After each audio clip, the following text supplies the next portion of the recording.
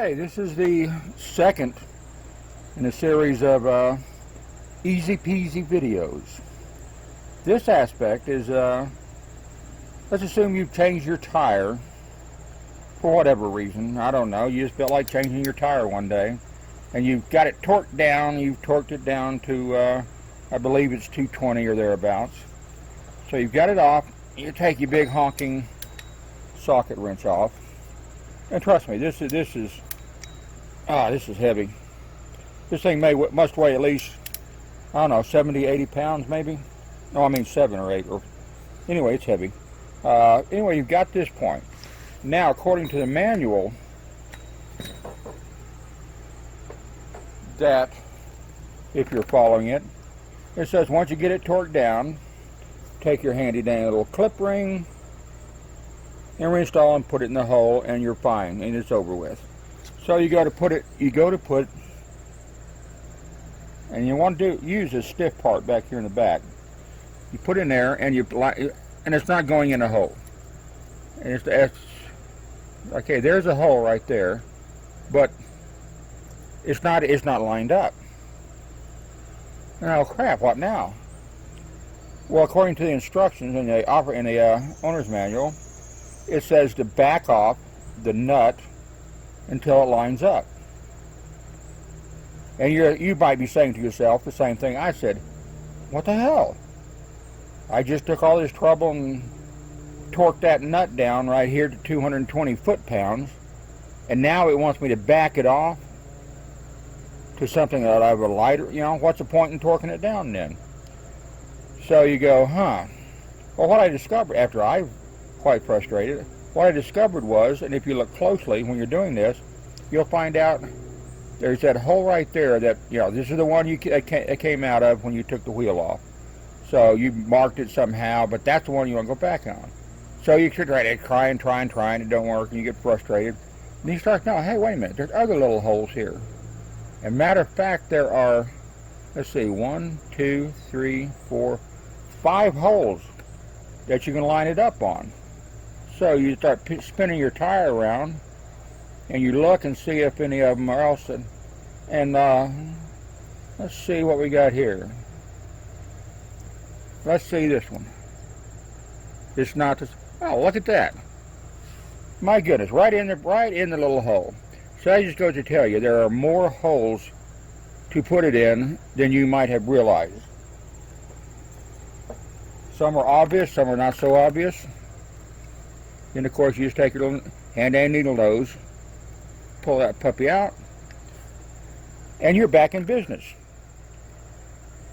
Easy peasy. Couldn't ask for an easier process.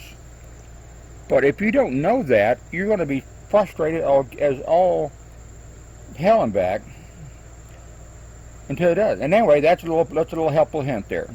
Also, for those of you who might have noticed, I have absolutely no idea, but apparently, if you look there,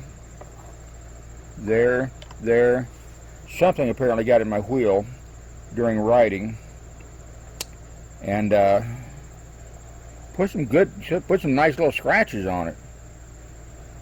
Anyway, I'll have to address that in a later video. Anyway, thank you very much for watching, and stay tuned, because I want to show you something else. Because a lot of people think, you look at this, and the only holes are available are the ones that are in the front. Some people know about it, but there's another hole in the back. So we're going to go back and inspect that and see what that one's about. Okay, I know some of you have probably wondered what in the world you could do with that hole in the back. Well, the first thing you can do is, when you are taking the tire off or putting the tire on, normal course of thing is to, oh my God, now I've got to lower the bike down, torque the nut on so I keep the wheel from spinning. But not necessarily. If you take just a little tool, I use a tool like this. It's just a, what is it, Allen wrench, socket Allen wrench. If you take this, I'm going to do a little zoom in here. Now I'm already zoomed in. So you take this, you put it right in this hole right here, and in this case you find out not all of them work.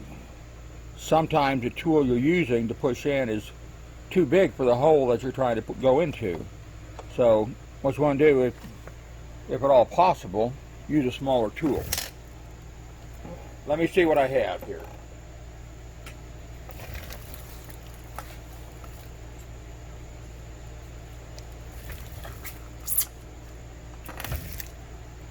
And yes, lucky me, I also have a tool that is smaller,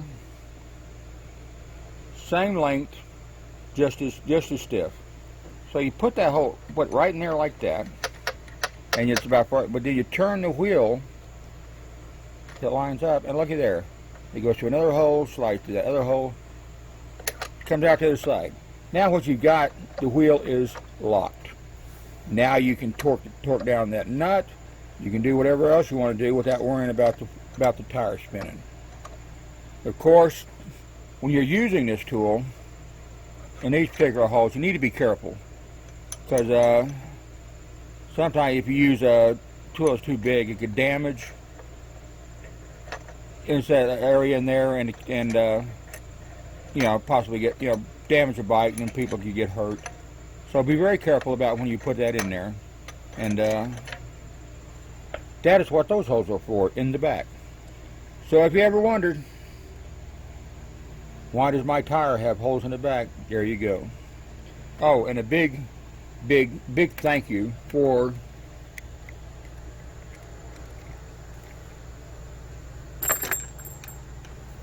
my little gremlin bell. If you don't know what those for, those are to catch little road gremlins. They go up inside there, the ringing of the bell drives them mad, they drop out. And now you know when they hit the ground, hit the road, now you know where potholes come from. And thanks for watching. Stay tuned. This is number 2 in my Easy-Peasy series of how-to videos. Thanks. Bye-bye.